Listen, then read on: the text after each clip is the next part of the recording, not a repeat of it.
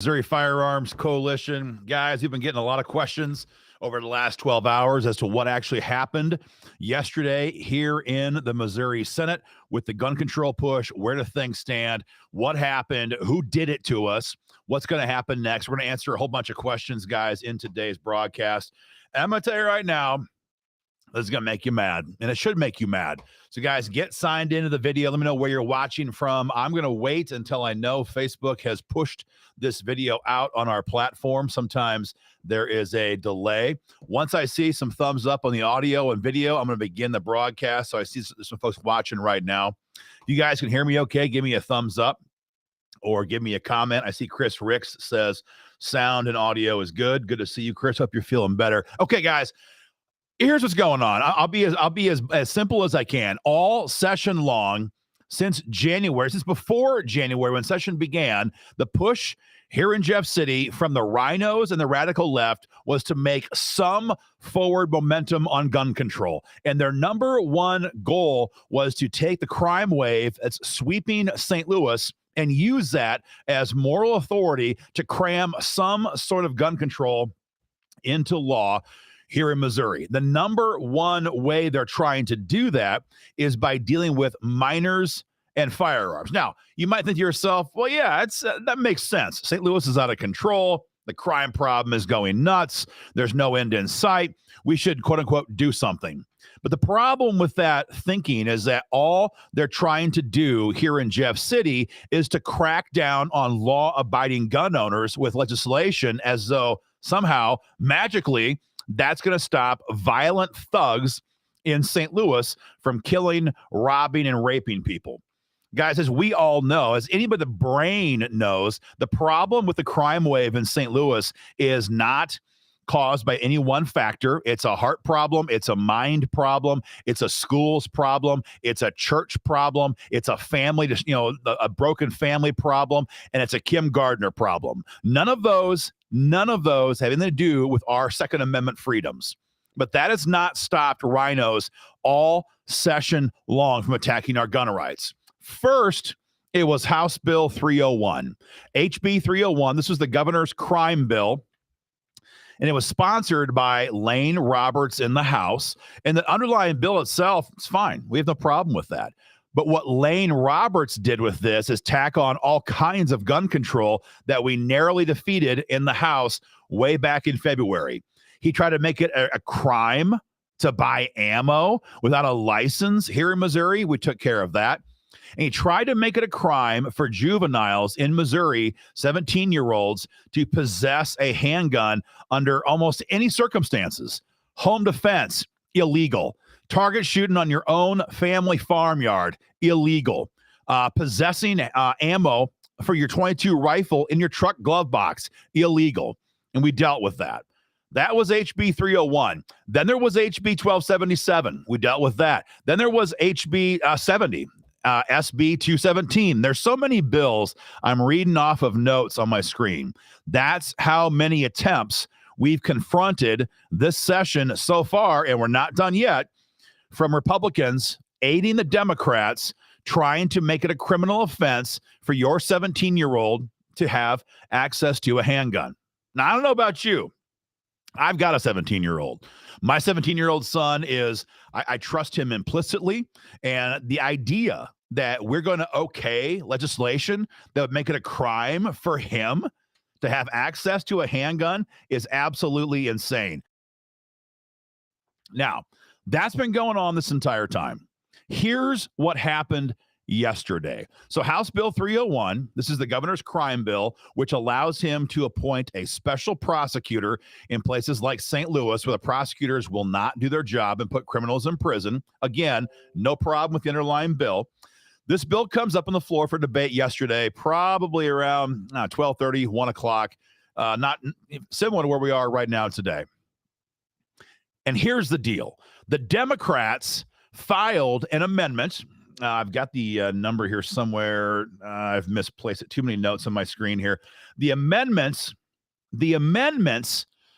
filed by the Democrats took that same concept that make it a crime for minors to possess a firearm and they stripped it down. They pulled out some of the worst objections that we had in the previous versions of this.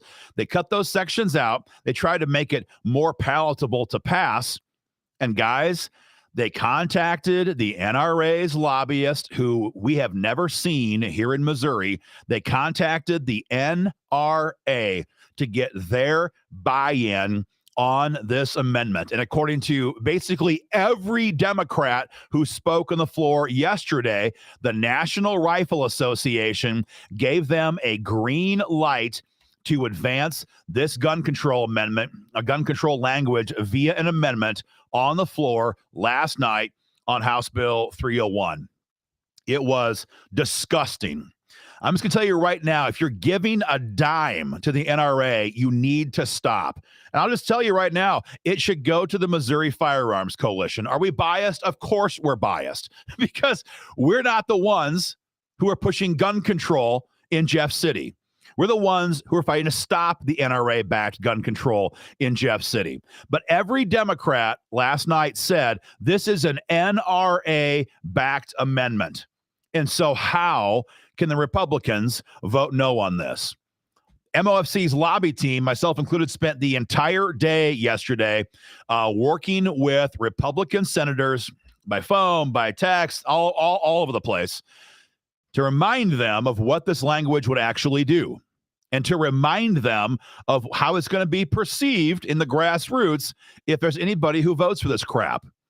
And as a result of that, and all of the calls that you made, all the emails that you sent, this amendment died on the floor yesterday by a vote of 10 to 22. 10 to 22. Now, that's good. That's good. The entire caucus eventually locked up against this language. But I want to be clear on this. It was very tenuous an hour before the vote. You see, the way this works is there's a whole lot of folks who are undecided. And once the mob begins to go the right direction, most of them follow. And that's what happened yesterday, only because our team was working the caucus and because your calls and emails were being sent in. And so while we had a very decisive 10 to 22 victory vote in striking down the NRA's gun control language, guys, it was really close. It was very close, because had the idea been allowed to take root that because the NRA was okay with this, we would be okay with this, we could have seen an almost unanimous vote the opposite direction in favor of this language. So a victory because of the Missouri Firearms Coalition members, because if it hadn't been for you, the Democrats could have gone to the Republicans and said, the NRA is on board. Someone would have called the NRA lobbyist, who's never in the building, never even in the state, and said, are you okay with this? And he'd have said yes. That would have gone around the caucus in about 5 seconds, and you would have had a unanimous vote, I predict. Well, that's not true. You would have had multiple holdouts on this, but it would have been, it definitely would have been a victory for gun control in the Senate yesterday. The only reason why this was defeated was because the members of the Missouri Firearms Coalition and our lobby team, who was working all day long to counter the NRA's gun control language. This should make your blood boil. The NRA did nothing to move the Second Amendment Preservation Act. They did nothing to work in the primaries here in 2022. They did almost nothing to work on constitutional carry and stand your ground law way back in 2016. They have done nothing to try to enhance stand your ground law. They have done nothing to try to ban red flag gun seizures. They have not been seen in the building in years.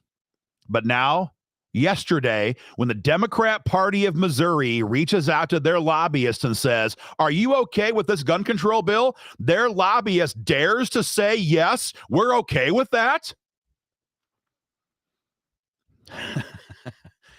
If this doesn't make you upset, folks, I don't know what will. I don't know what will.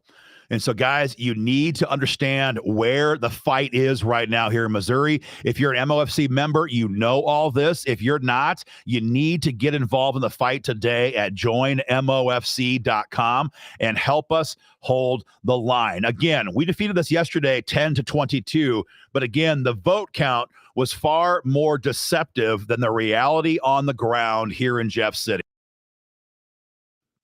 The truth is that it's abundantly clear that we have minimum 6 to 8 Republican senators who would absolutely vote for red flag gun seizures right now today.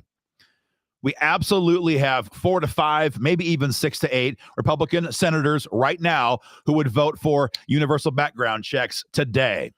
We have many of them, like Lincoln Huff, who would happily vote to repeal the Second Amendment Preservation Act today.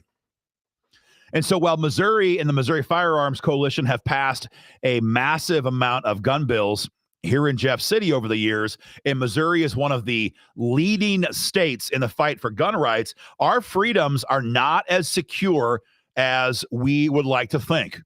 And when we've passed so many pro-gun bills, what that means is that we have a lot of ground to defend.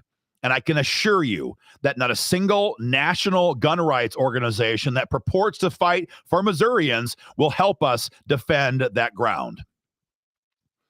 We have got to hold the line. There is a tremendous amount of support in the Republican RINO conference to gutting our current gun laws. And right now, the only entity that holds that line is the Missouri Firearms Coalition members, you guys, and the folks who are watching this afterwards and watching on social media and seeing this in email.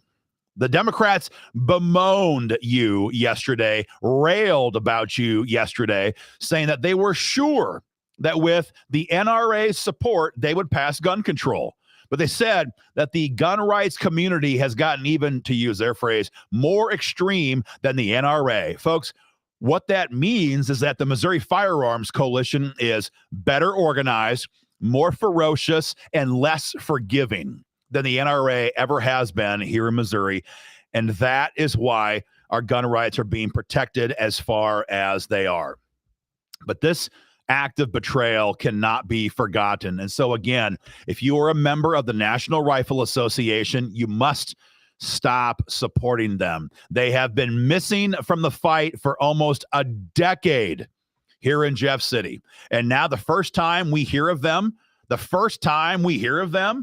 we are told that they're backing a Democrat-filed gun control amendment. Shame on you. Shame on you, NRA, for this. Now, besides the MOFC members who fought like hell yesterday and all session long, a major shout out is deserved by 2 members of the Senate in particular. And to be clear, there's a lot of great members in the Senate. There's a lot of great senators who love the Second Amendment. We talked with them all day long yesterday, but 2 guys stand up above the rest. And the first one has to be Cass County's Rick Bratton. Of course, Senator Bratton, as everyone here knows, is leading the fight for us to help expand or enhance stand your ground law. Rick was a leader in the fight for gun rights in the House for all of his years in the House. He's been leading the fight for gun rights in the Senate. Senator Bratton is absolutely relentless in the fight for freedom, and Rick was heavily involved yesterday in making sure that this gun control amendment died on the Senate floor. He was questioned a lot about this from the left and the right on the floor. He held the line. He answered the questions, brilliantly and aggressively, and left no room for debate on where he and anybody who was pro-gun should stand on the fight for gun rights. And so Rick Bratton deserves a major kudos from gun owners here across the state. The other senator who deserves a lot of credit and a lot of thanks from yesterday is State Senator Bill Eigel. Senator Eigel, of course, from the St. Charles area, is also leading the fight for gun rights in Jeff City. He's the lead sponsor on this year's Senate Bill 10. This is our bill to ban red flag gun seizures in state code here in Missouri. That fight is ongoing. But yesterday, it was Eigel who was joining with Bratton on the floor, pushing back against gun control, and in a whole host of behind-the-scenes meetings that were taking place all day, where the Democrats and the RINOs are pushing these two guys to join the fight, to join their gun control push, rather, because everyone in Jeff City knows if you get Eigel or Bratton, let alone both of them, to agree with your gun legislation, the rest of the caucus will follow suit. And it's true. And so when Eigel joined Bratton, and those two guys stood strong yesterday and fought back against all this garbage, it helped to ensure that these threats died on the Senate floor yesterday. So a major shout out again to State Senator Rick Bratton and State Senator Bill Eigel, who helped us defeat these attacks yesterday. Again, we have many additional pro-gun senators in that chamber. I'm not taking away from any of them, but these two guys, man, they fought yesterday, and that fight should be acknowledged, and we're happy and proud to do that. But for now, though, the question is what's going to happen next? So that's the good news. The good news, well, that's the bad news. That's the good news. That's the old news. The current news going forward then is that we had pro-gun amendments on House Bill 301. Our amendment would deal with the pistol brace issue, which, as you guys know, takes effect on May 31st. So our amendment would fix all that here in Missouri. That language died because after the gun control language died yesterday, the Democrats mounted about a 6-hour filibuster talking about all kinds of stuff, gun control, movies, Dolly Parton, a filibuster that they talk for hours and hours and hours. They will not yield the floor. And in so doing, they tie up the debate calendar, and it forces Republican leadership to either grow a pair and end that debate using procedural movements and call the vote, or, as we saw yesterday, they cry uncle and they withdraw the bill from consideration. That's what happened last night. After the gun control died, the Senate Democrats mounted a filibuster, and finally at around 10:15 last night, our GOP leaders withdrew House Bill 301 from consideration. So HB 301 effectively now is dead. And what that means is that our pro-gun amendments that dealt with the pistol brace issue have died with that. So there's different ways to advance those. We've been working all morning today to work on finding a way to address that on other legislation. We'll give you guys more information on that as fast as we have it. But our number one goal here is to hold the line. Our number one goal is to defend what we have. Usually that means against the radical left. Often that means against the RINOs on the so-called right. And yesterday that meant stopping the NRA from passing a gun control legislation through an amendment on House Bill 301. Again, a huge thank you to every single one of you who called or emailed or texted your state senators yesterday. It meant a lot. Your voice was heard. I heard that all day. They were hearing from you. They felt your pressure. Keep that up. A huge thank you again to Senators Rick Bratton and Bill Eigel for all of their fighting on the floor yesterday, both on the floor and behind closed doors. They held the line. Thank you very much for that. And shame on you to the National Rifle Association and every single anti-gun Republican in the House who was also working behind the scenes yesterday to lobby the Senate to adopt these harmful amendments on House Bill 301. Lane Roberts, you know who you are, and you're going to feel that wrath from gun owners sometime in the very, very near future. Guys, that's what we have time for right now. Share our video far and wide. And again, most blue states today did not start out as blue states. Most states where you see gun control moving today did not think it was possible 10 years prior. Look at Washington State, where they banned AR-15s this week or last week. Look at Colorado. Look at Indiana. Look at Florida. All these states where gun control has been moving over the last couple of years or the last couple of days. 5 years ago, they just said gun control will never happen here. And it did, because gun owners in those states did not stand together and fight back. We cannot let that happen to here in Missouri. Join the fight today at joinmofc.com, and let's keep Missouri free. Guys, share a video.